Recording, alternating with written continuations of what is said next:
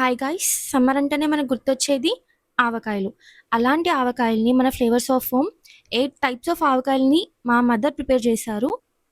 వేడి వేడి అన్నంలో ఆవకాయ, ముద్దపప్పు, కొంచెం నెయ్యేసుకొని తింటే ఆహా! ఎంతో రుచిగా ఉంటుంది గదా! అలాంటి రుచులను ట్రై చేయాలంటే ఇప్పుడే ఆర్డర్ చేసుకోండి. ఈ 8 టైప్స్ ఆఫ్ ఆవకాయల్లో మన ఫేవరెట్ ఐటెమ్ వచ్చేసి అండ్ స్పెషల్ ఐటెమ్ వచ్చేసి మసాలావా. ఈ మసాలావాని తిన్నట్టయితే సేమ్ ఆవకాయ బిర్యానీ టేస్ట్ లాగా ఉంటుంది. మీరు మస్ట్ అండ్ ట్రై చేయాల్సిన ఆవకాయ ఏంటంటే ఫస్ట్ మసాలావా. సో యమ్మీ అసలు. ఇది నాకు ఫేవరెట్ అయిన పచ్చడి. నీలావా అంటాము. చాలా మంది చేసుకోరు దీన్ని. బట్ మేము స్పెషల్‌గా చేసుకుంటాము. ఫస్ట్ మసాలావా తర్వాత మేము చేసుకునే సెకండ్ స్పెషల్ ఏంటంటే నీలావా. మస్ట్ ట్రై అసలు. మీరు మాత్రం పక్కా ట్రై చేయాల్సిందే. థర్డ్ టైప్ ఆఫ్ పచ్చడి వచ్చేసి అల్లపావ. దీనిని అల్లం వెల్లుల్లి పచ్చడి అని కూడా అంటారు. మేము అల్లపావ అంటాము. మీరు ఒకసారి ట్రై చేయండి. మీకు కూడా పక్కా నచ్చుతుందని నేను అనుకుంటున్నాను. ఫోర్త్ టైప్ ఆఫ్ పచ్చడి వచ్చేసి బెల్లపావ.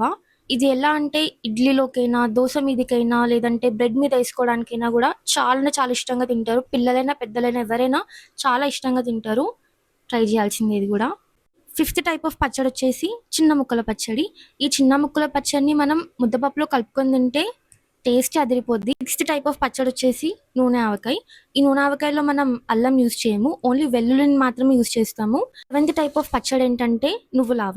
ఈ నువ్వులావ ఎలా అంటే చిన్న పిల్లలు కూడా తినొచ్చు, ఎందుకంటే దీంట్లో అసలు కారమే వాడము, ఓన్లీ నువ్వుల పొడితో మాత్రమే చేస్తాం కాబట్టి చాలా కమ్మగా ఉంటుంది. సో చిన్నపిల్లలకి కూడా పెట్టొచ్చు. ఎయిత్ టైప్ ఆఫ్ పచ్చడి ఏంటంటే పెసరావా. ఈ పెసరావా ఏంటంటే ఎవరైతే ఎండాకాలంలో వేడి చేస్తుంది అని పచ్చళ్ళకి దూరంగా ఉంటారో వాళ్ళకి పెసరావా చాలా సూటబుల్, ఎందుకంటే వేడి చేసే పచ్చళ్ళకి కూడా ఈ పెసర్లు ఏంటంటే చలవ చేస్తుంది.